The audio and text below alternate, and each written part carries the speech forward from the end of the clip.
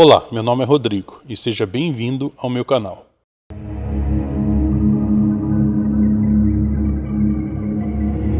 Não há como negar as tantas evidências que com a tecnologia têm se mostrado mais sólidas. Mas ainda muita coisa não se explica. Será que há viajantes no tempo? E extraterrestres estão entre nós? Esse documentário é baseado em uma coletânea de muitos casos e evidências que foram estudadas, analisadas, desconfiadas e muitas delas até descartadas por ter lacunas que deram margem para fraudes. Mas, ainda assim, esse documentário vai lhe ajudar a ter sua própria conclusão. Fique comigo nessa complexa viagem de teses e evidências que vai mudar tudo aquilo que você tinha conceituado sobre viagem no tempo ou extraterrestres. Este documentário foi dividido em 4 vídeos, com lançamentos semanais. Desde já, se inscreva no canal e ative o sininho para ter notificação dos próximos vídeos.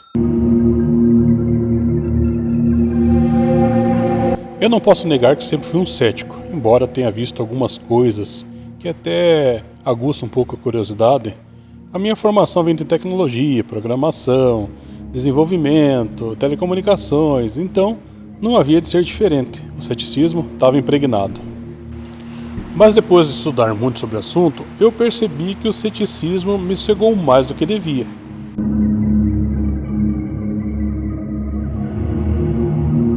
Uma coisa é você acreditar somente em evidências e provas. A outra é engessar a mente e dizer que não acredita em nada. Isso seria no mínimo infantilidade. A primeira coisa que se deve entender é que tudo no universo é muito mais complexo do que a gente pensa. E nada está estável. Nem mesmo o tempo. Tudo está em escala e nem todas conseguimos observar. A complexidade começa em nosso meio físico e vai muito além da nossa capacidade de compreensão. Há mais átomos em um único copo d'água do que se enchêssemos copos iguais a esse com toda a água do oceano. Somos muito pequenos e irrelevantes. Quando olhamos para o céu, vemos o Sol e a Lua com tamanhos parecidos. Mas esquecemos que estamos pouco mais de 1 segundo-luz da Lua e 8 minutos-luz do Sol. Ou seja, o Sol está pelo menos 390 vezes a distância da Lua. E que todo o nosso sistema solar tem tamanho estimado de 11 horas-luz. O que é imenso, mas nada perto da nossa Via Láctea, que seria atravessado em mais de 100 mil anos na velocidade da luz. Só a título de curiosidade, Andrômeda, que seria a nossa próxima galáxia depois da Via Láctea, está a 2,5 milhões de anos-luz. Isso quer dizer que, se porventura a gente conseguisse detectar vida lá, teoricamente já estaria extinta toda a vida, porque as imagens que a gente vê demoram 2,5 milhões de anos para chegar até nós. Tá, mas por que eu estou citando todos esses dados? Provavelmente você já deve ter estudado, lido algo sobre isso. E também provavelmente já deve ter ouvido falar sobre a teoria da relatividade. Segundo a publicação de Einstein em 1905, nenhum corpo com massa poderá viajar além da velocidade da luz, e nem mesmo na velocidade dela. Assim sendo, somente partículas sem massa podem atingir tal velocidade. Diversos experimentos foram realizados comprovando que Einstein estava realmente correto. A teoria ainda fala sobre a relação tempo-espaço, e que se isso fosse possível, o corpo viajante na velocidade da luz não sofreria a ação do tempo. Ou seja, o tempo pararia, e isso acontece à medida que se aproxima da velocidade da luz. Eu não sou uma pessoa muito religiosa, mas eu sou no mínimo um curioso. Gosto de estudar, de entender. E uma vez eu li no Livro dos Espíritos, que foi uma publicação de Allan Kardec, em que ele fazia questionamento com espíritos e estes respondiam através de sua mão. É o que chamamos de psicografia. A pergunta que Allan Kardec fez para o espírito foi a seguinte: haveria vida no espaço além da nossa?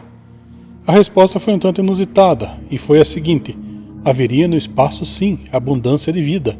Não exatamente como a conhecemos, principalmente sob sua constituição física. Alguns com massa, outro muito menos denso, alguns evoluídos, outro não tanto, mas que o universo abrigava muitas formas de vida. E quando se trata do universo, nada sabemos. E acredite, além do mundo material, há sim outras dimensões, e uma delas é o plano complexo que chamamos de espiritual. Mas sobre esse assunto, eu vou fazer um vídeo à parte, separado desse documentário, que chamarei de Além da Terceira Dimensão. Na década de 90, Carl Sagan, um cientista, astrônomo, astrofísico, cosmólogo, escritor e divulgador científico nascido nos Estados Unidos, fez uma explicação muito interessante sobre a quarta dimensão, inclusive em forma de analogias, que explica nossa dificuldade de entendê-la. Vamos imaginar que somos perfeitamente planos, eu digo absolutamente planos, e que vivemos, muito apropriadamente, na Planolândia. Temos largura e comprimento, mas não temos altura alguma. Nós temos noção, nós, moradores de Planolândia, de esquerda e direita, de frente e trás, mas nunca ouvimos falar de embaixo e em cima. Bom, vamos imaginar que chegue a Planolândia, pairando sobre ela uma estranha criatura tridimensional que, estranhamente, parece uma maçã. Olá, diz a criatura tridimensional. Como vai? Eu sou um visitante da terceira dimensão. Bom, o coitado do quadrado olha em volta, em sua casa fechada, não vê ninguém e, além disso, testemunhou uma saudação vinda de seu interior, uma voz de dentro. Ele, com certeza, está ficando preocupado com sua sanidade. E então ele decide entrar de uma vez por todas em Planolândia. Bom, uma criatura tridimensional existe em Planolândia apenas parcialmente. Só um plano, um corte transversal dele pode ser observado. Então, quando a criatura tridimensional chega à Planolândia, só os pontos de contato podem ser vistos e nós vamos representar isso molhando a maçã nesta almofada de carimbo e carimbando essa imagem em Planolândia. E enquanto nossa maçã estivesse descendo, caindo em Planolândia, nós veríamos progressivamente fatias cada vez maiores que podemos representar a maçã. Então, o quadrado, com o passar do tempo, vê um conjunto de objetos aparecer misteriosamente do nada, dentro de um quarto fechado e mudar drasticamente de forma. Ele só pode concluir que está ficando louco. A princípio, o quadrado não tem ideia do que houve. Ele está terrivelmente confuso. Isto é totalmente fora de sua experiência. Do ponto de vista deles, ela apareceu misteriosamente do nada. Não veio andando de outro ponto. Ela veio de um outro lugar. Eles dizem, minha nossa, o que houve com você? E o coitado do quadrado tem que dizer, bom, eu estava em outra dimensão mística, chamada em cima. E vão dar tapinhas no lado dele, confortá-lo, ou então vão perguntar, bom, mostre onde é essa terceira dimensão, aponte para ela. E o coitado do quadrado não vai ser capaz de fazer isso. Nós somos criaturas tridimensionais presas em 3 dimensões. Nós imaginamos que nosso universo seja plano em 3 dimensões, mas talvez ele seja curvo em uma quarta. Podemos falar sobre uma quarta dimensão física, mas não podemos vivenciá-la. Ninguém pode apontar para a quarta dimensão. Como eu disse anteriormente, o universo é muito mais complexo do que imaginamos. E não existem respostas para o que você sequer consegue compreender. Talvez um dia os nossos descendentes vejam a nossa ignorância atual com tanta pena quanto a que sentimos pelos antigos por eles não saberem que a Terra girava em torno do Sol. Mas não é possível a viagem na velocidade da luz, e temos evidências há décadas e até milênios, a menos que existam buracos de minhoca. Quem seriam esses seres entre nós? Bom, desde já eu posso dizer o seguinte, que se eles estão aqui, eles respeitam as leis da física. E talvez estejam bem mais próximos do que a gente imagina. Calma, não vou falar de teorias de que estão no centro da Terra, ou escondidos na Antártica. E nem que são espíritos entre nós, não é nisso que eu quero chegar. Desde já está considerando sua alta capacidade intelectual, e não vou subestimá-la. Desde já quero lhe dizer que não me prenda nenhuma teoria religiosa, mas trarei a título de curiosidade e evidências para que nos auxilie nessa compreensão. Toda a nossa existência, ainda que se pensarmos apenas no nosso sistema solar, não passa de apenas um lapso temporal. Toda a nossa civilização, desde que conhecemos, é como o tempo de um segundo dentro de um século. Quanto tempo tem essa civilização? 10 mil anos? 20 mil anos? Algumas evidências podem ser observadas após 10 mil anos, como é o caso das pirâmides espalhadas pelo mundo. As mais conhecidas, com certeza, as do Egito. Mas não são as únicas, já em degradação inclusive, e mesmo assim, pouco se sabe sobre elas. Temos ainda mistérios nunca desvendados, como os geóglifos, que datam entre 500 anos antes de Cristo e 500 anos depois de Cristo, como as linhas de Nazca, e também esculturas entalhadas em rocha, como as estátuas da Ilha de Páscoa. Como ainda são muito recentes, por volta de 2000 anos, talvez um pouco mais, ainda podem ser bem observadas. Algumas poucas evidências de civilizações antigas deixariam vestígios depois de 100 mil anos, mas depois de 1 milhão de anos, nem mesmo toda uma fortaleza de ferro, pedra, concreto deixaria qualquer vestígio de que já existiu. Em alguns casos raros, observamos fósseis que foram cobertos por lava vulcânica e depois de milhares de anos tiveram uma degradação diferente da rocha, formando o contorno do que ali abrigava.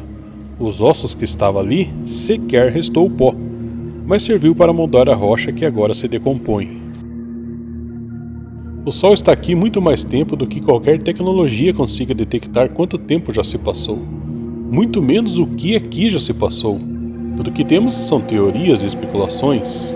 O que se observa é que tudo que viveu aqui era muito maior que hoje, inclusive humanoides já descobertos, e resta pouca vida grande como elefante, rinoceronte e hipopótamo, que ainda são pequenos perto do que já habitou aqui.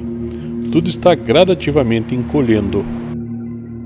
Vamos fazer as seguintes considerações. O Sol é uma estrela anã amarela, mas já foi uma estrela muito mais brilhosa e quente, e aqui onde há abundância de vida, já foi impossível de ser habitado pelas condições climáticas inviáveis para a vida. Mas nosso planeta vizinho vermelho e congelado, que está a 13 minutos-luz do Sol, já teve condições perfeitas para a vida. Inclusive, a mesma temperatura da Terra quando o Sol tinha uma categoria superior. Seria ignorância acreditar que nunca tenha havido vida nele, nem que seja por um lapso de tempo, e digo vida em matéria, como a que conhecemos. O que não sabemos é há quanto tempo deixou de ter vida nele e se ainda seria capaz de ter algum tipo de vestígios em virtude da decomposição da matéria.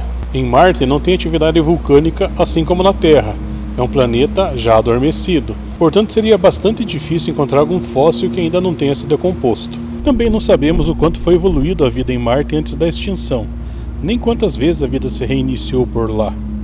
Então, não sabemos se a vida por lá chegou a meras amebas ou sua vida inteligente superou a nossa, que ainda está no princípio da evolução. Uma das dimensões do universo é a dimensão espiritual, que parece não ter a mesma linearidade de tempo da nossa, mas pouco sabemos sobre ela. Mas se a reencarnação é possível e se Marte já teve vida, então temos esse primeiro caso para começarmos a aguçar nossa curiosidade. Há relatos de um menino russo chamado Boriska, que aos 12 anos afirma ter vivido em Marte.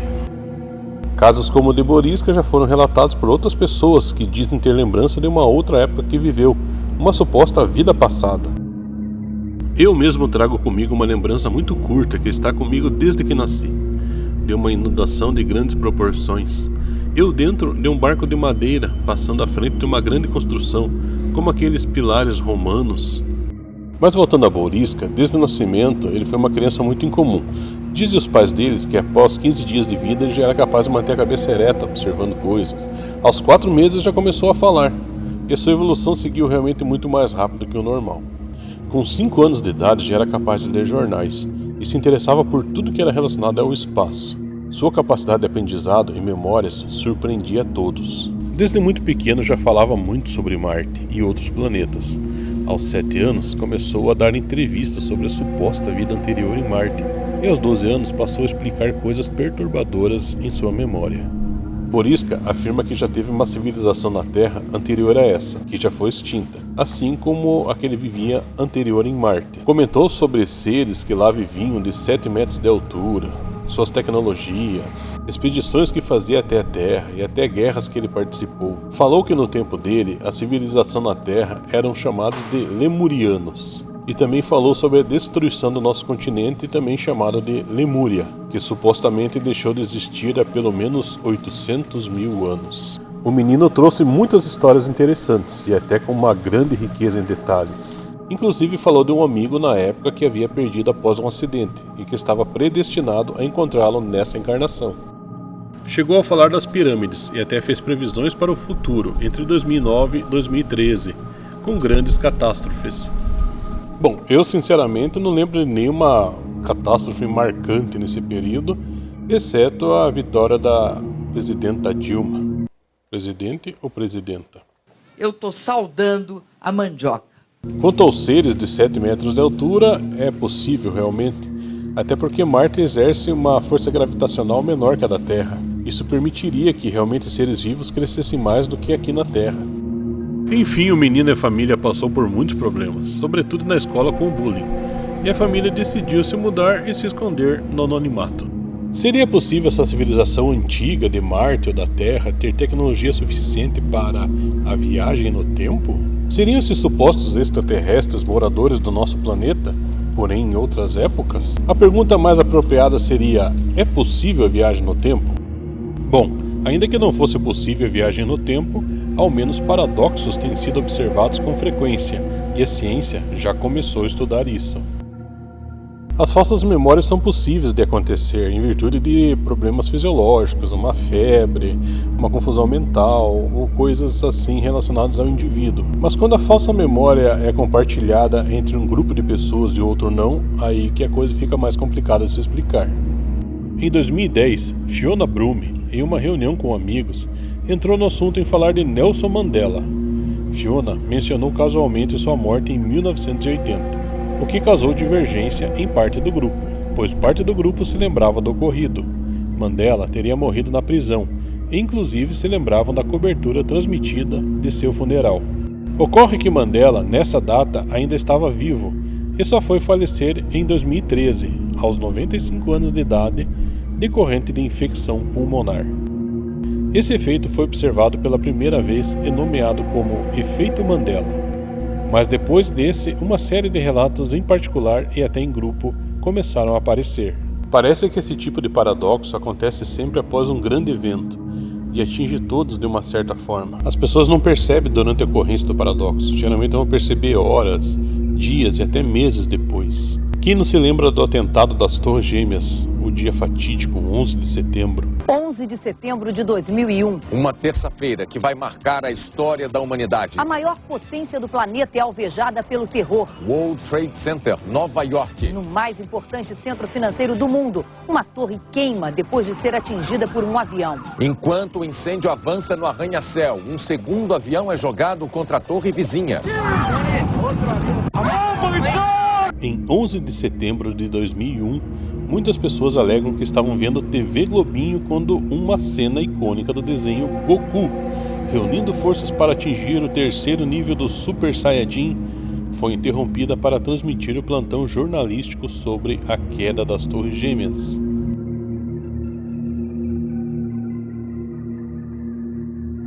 Dragon Ball Z seria exibido por volta das 11h30, só que o ataque foi logo após as 9 horas da manhã. E o canal parou toda a programação de desenho para exibir e fazer toda essa cobertura da tragédia. Inclusive, se a programação tivesse sido mantida e esse desenho tivesse realmente ido ao ar, ainda assim o canal informa que não seria essa a programação, ou seja, não seria esse o episódio que iria ao ar nesse dia. Bom, muita gente lembra desse dia, eu inclusive lembro também. E eu não estava assistindo a TV Globinho, mas eu estava passando pela sala bem na hora que começou o plantão. E era bem mais de 10 horas da manhã, eu acho que era próximo das 11, na minha lembrança. Mas enquanto a você, aonde você estava? O que você lembra? Comenta aqui para nós saber. Em pesquisas pela internet sobre o assunto, observei que há muitos relatos com testemunhas que de alguma forma algo estranho ocorreu em um determinado momento com várias pessoas. Deveriam estar em um lugar e estariam em outro, deveriam ter vivido uma experiência e passaram por outra. Seria um paradoxo acidental ou seria causado por um viajante do tempo ter tocado naquele presente? Uma experiência um tanto curiosa desse tipo de evento ocorreu na China. O ano era 1987. Atravessando a rua, um menino que aparentava ter 10 anos, desorientado, quase foi atropelado. E salvo, por um agente de trânsito. Esse menino, que embora de feição oriental e uns trajes bem atípicos, não falava mandarim. Esse menino foi levado para um abrigo e tentado comunicação com ele, mas sem sucesso. Ninguém sabia sua procedência. Por lá foi ficando, o tempo passando, até que um dia alguém passou e entendeu esse menino falando. Ele falava um chinês antigo, um tipo de dialeto desses usados em aldeias. O menino se identificou como Young Li e disse ter 10 anos. Com essa comunicação, o menino afirmava ter vindo de outra época, mas precisamente do passado. As roupas que com ele vieram realmente tinham um formato antigo e passaram por exame, que comprovou ser um tecido fora de sua época, um tanto arcaico. O menino foi ficando por ali, até que um ano depois, em 1988, o menino simplesmente desapareceu.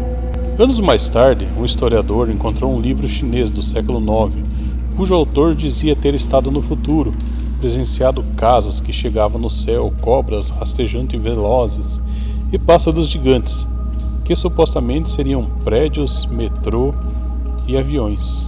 O autor dessa obra assinava como Li Yong-chen, um tanto parecido com o primeiro nome, né? Há inúmeros relatos desse tipo pela internet, e convenhamos, a gente não pode acreditar em tudo que vê, tudo que lê, tudo que ouve. Há muita gente com imaginação muito fértil. Acompanhe no próximo vídeo. Mãos de pinças, olhos vermelhos parecendo fogo. Após avistar luzes nesta mata, disse ter visto um ser de 2 metros de altura, como um esqueleto com pinças nas mãos, que se aproximou dele